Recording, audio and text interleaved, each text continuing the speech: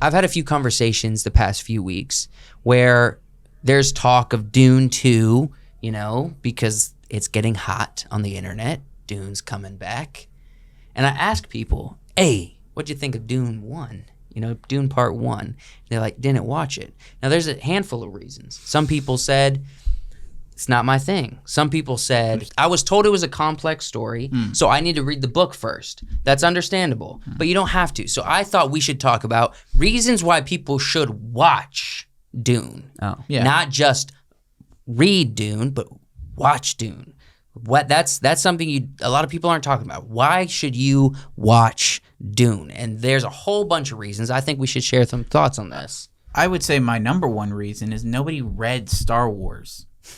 Yeah. You watched it and you got to know the story. People got to know the story and got to know the characters through watching it. Right.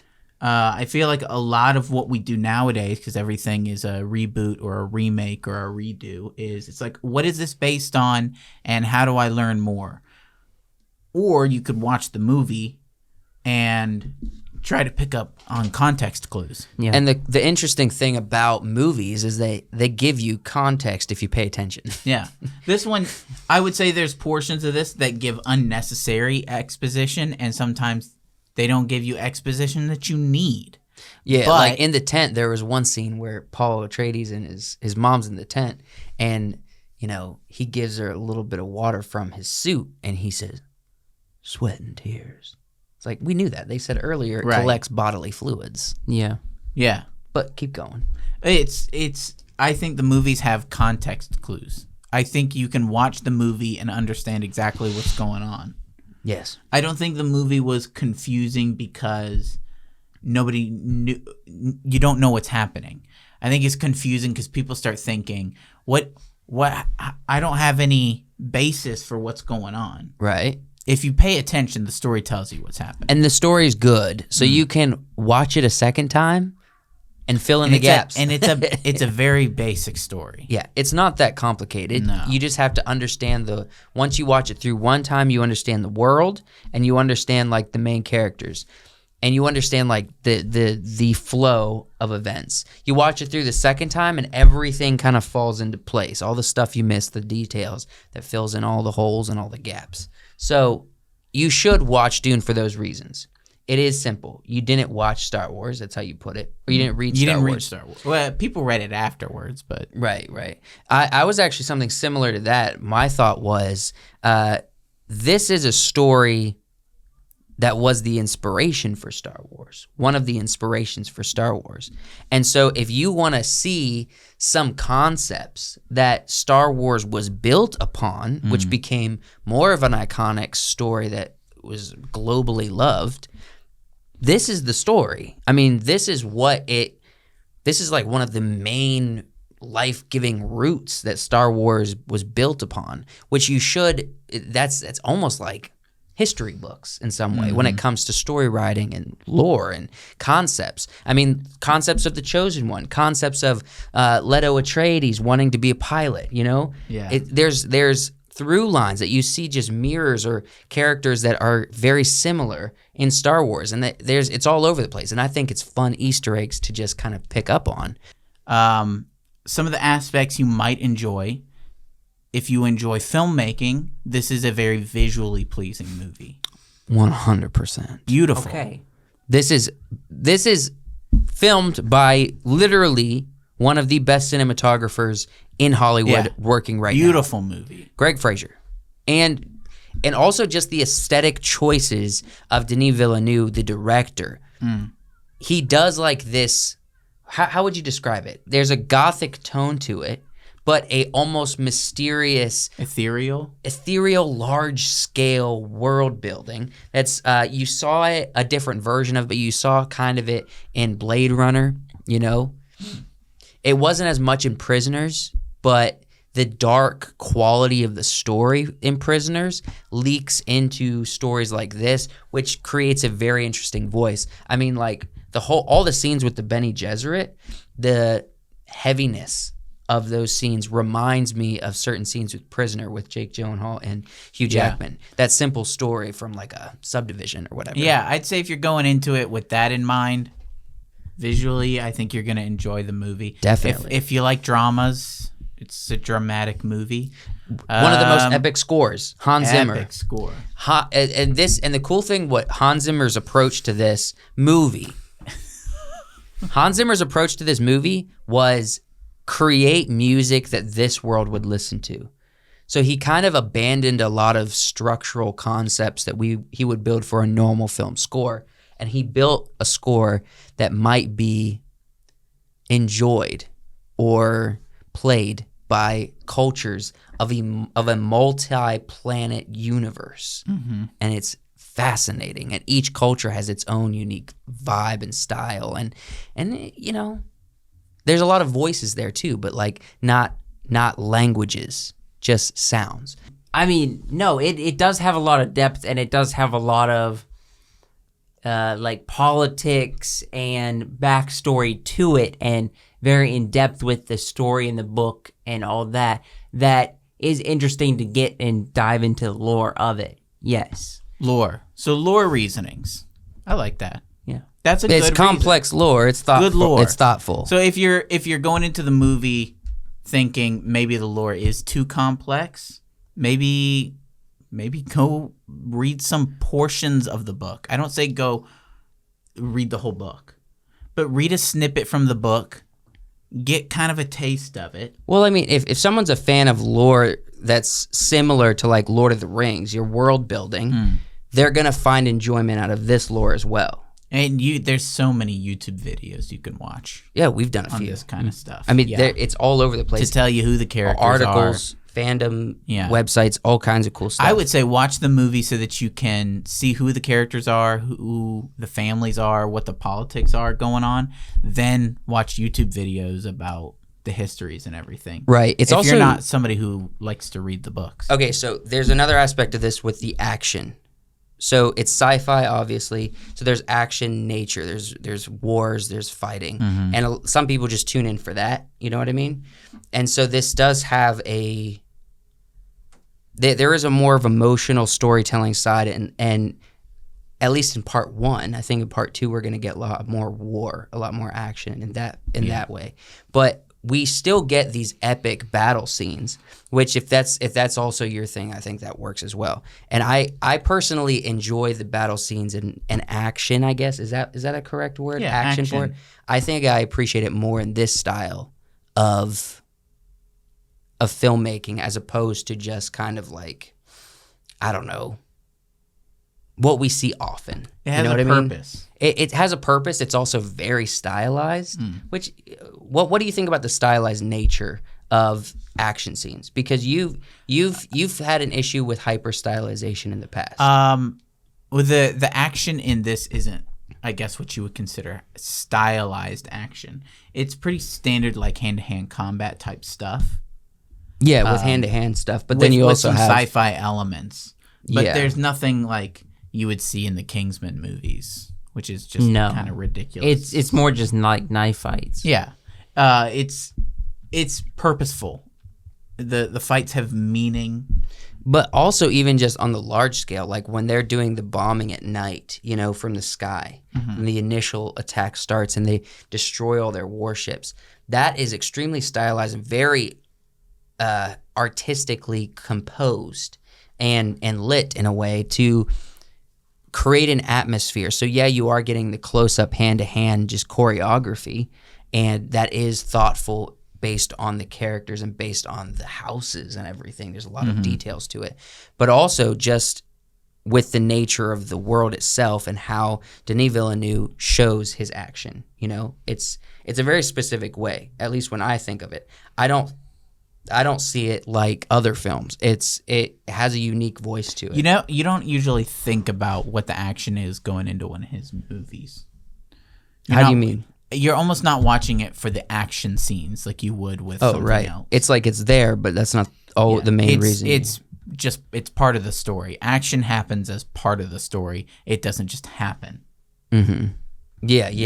Because feel what I'm saying. what's an example of a movie that fighting and action is the part of the story?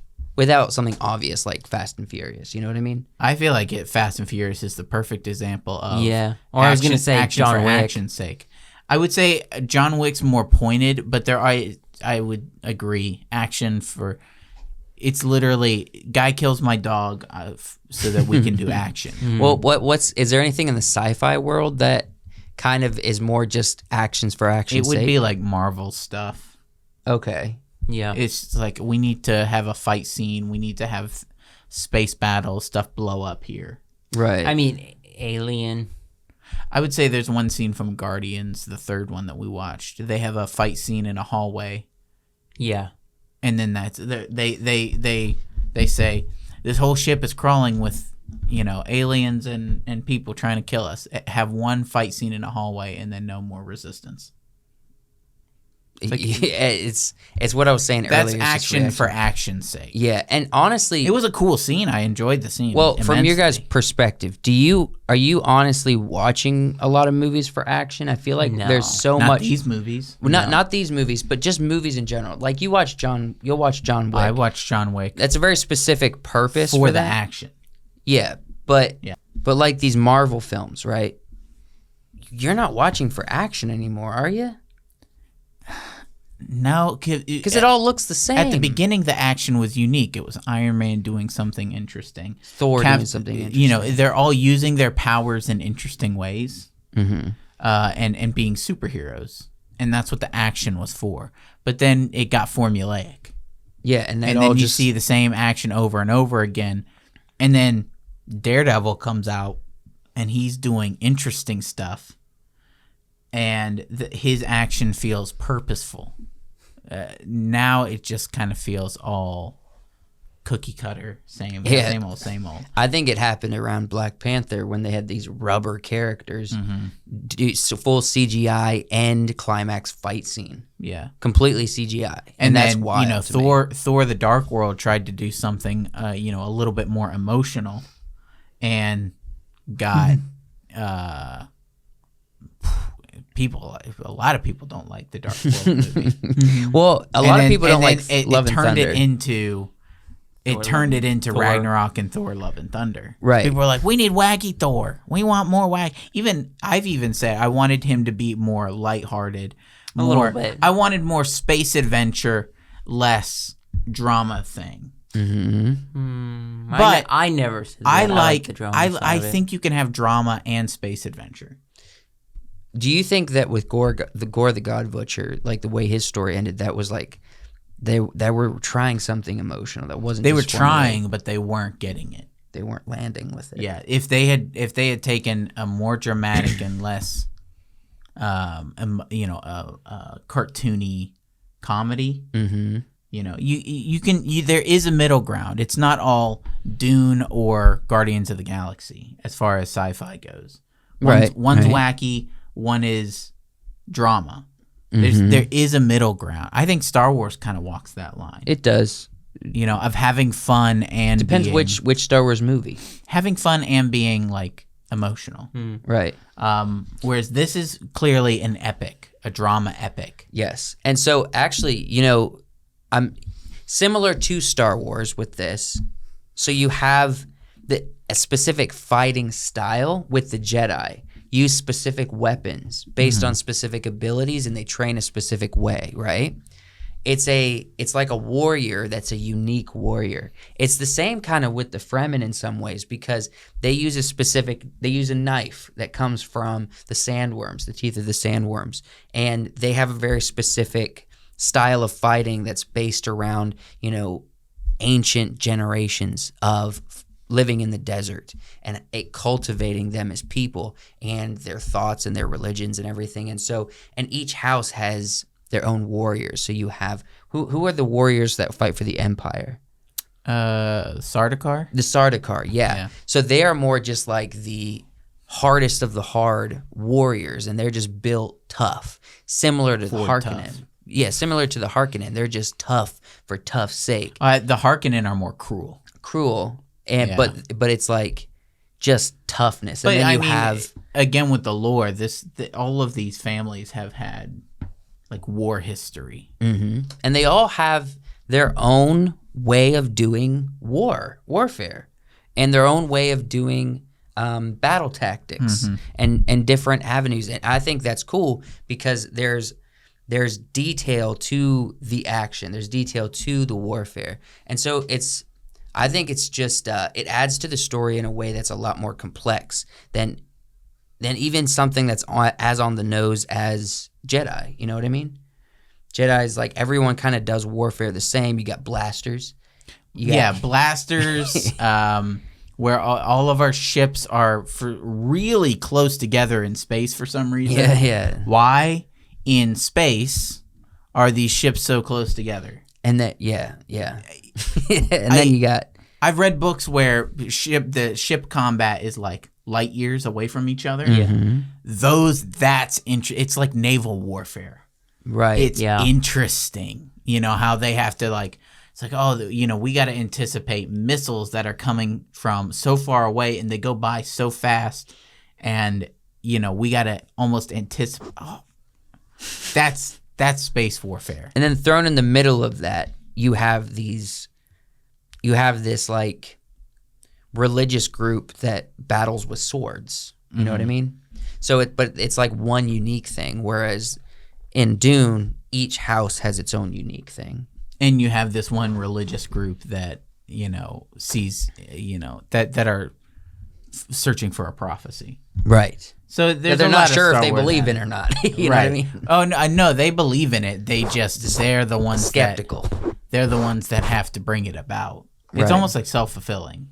Yeah. It's self-fulfilling prophecy. So it's like if someone tells you there's a prophecy, then you're going to, through your actions, subconsciously make it happen. No, their whole thing is we are making this thing. We're going to do it because it's supposed to happen. It's called a selective breeding program. But that's what the Bene Gesserit. With the Fremen. The Fremen are, their prophecy comes from the Bene Gesserit as well. Yes, the Bene Gesserit are the chess players. Yeah. The Fremen are chess pieces. Right. And it's a lot of religion stuff in this that I think is poignant. Right. Mm-hmm. And with all that said, with all of that said, overall they're really striving to make this a quality film, which is different than there's only a handful of people really trying to make really good films right now. And we've named them constantly on this podcast. Yeah. But Denis Villeneuve with this series, most of the things that Greg Fraser that he's involved with are doing really good, like the Batman and part 1 and part 2 of this show. There's only a few that are really trying to make extremely good films that are worth going to the theater to watch, that are worth the experience, and I think you should just watch it for that reason. There's really only probably 3 or 4 of them a year. You know what I mean? That's the biggest reason is they're making these to be movies that are worth going to the theater to see. Mm-hmm. And we talked about Guardians. Is it worth going to the movie theater? Maybe for some people, but probably not for everybody. Yeah. These movies are worth going to the movie theater to and so that I think would be a big plus if you're thinking about watching the first one. Watch it so that you can go to the movie theater to see this one. Right. And also similar to Chris Nolan, they're filming part 2 100% IMAX film. So that means it is IMAX approved. Yeah. You can watch it in IMAX. They're and it's making the true it for IMAX you to experience. see it in the theater. Right. What we saw was that a new Oppenheimer trailer that we saw? No, I think it's the one that you guys reacted to last. Okay. It didn't feel, it felt new. It felt Oppenheimer is coming. That's going to be exciting. Mm-hmm. I was just watching the trailer, Murphy having is just a good. good time. Yeah. What, for Oppenheimer? For Oppenheimer. The one that we've already seen a few times? I don't know. It the felt one with new. the ticking in it, right? No, it did not have It didn't ticking. have ticking. No ticking. Well, I know there's a, what is it, the one we watched I on don't think so. on Reddit? I don't think so. I think this was a different trailer. Well, Oppenheimer, they've been keeping everything close to the chest as far as good, stuff. They have their own things showing to you in theater that's not released online. And they'll take you down if you try to find it and put it online. Mm-hmm. So Oppenheimer, you might have seen something unique, and I haven't seen it yet because you guys went to the theater. Could have been a new trailer.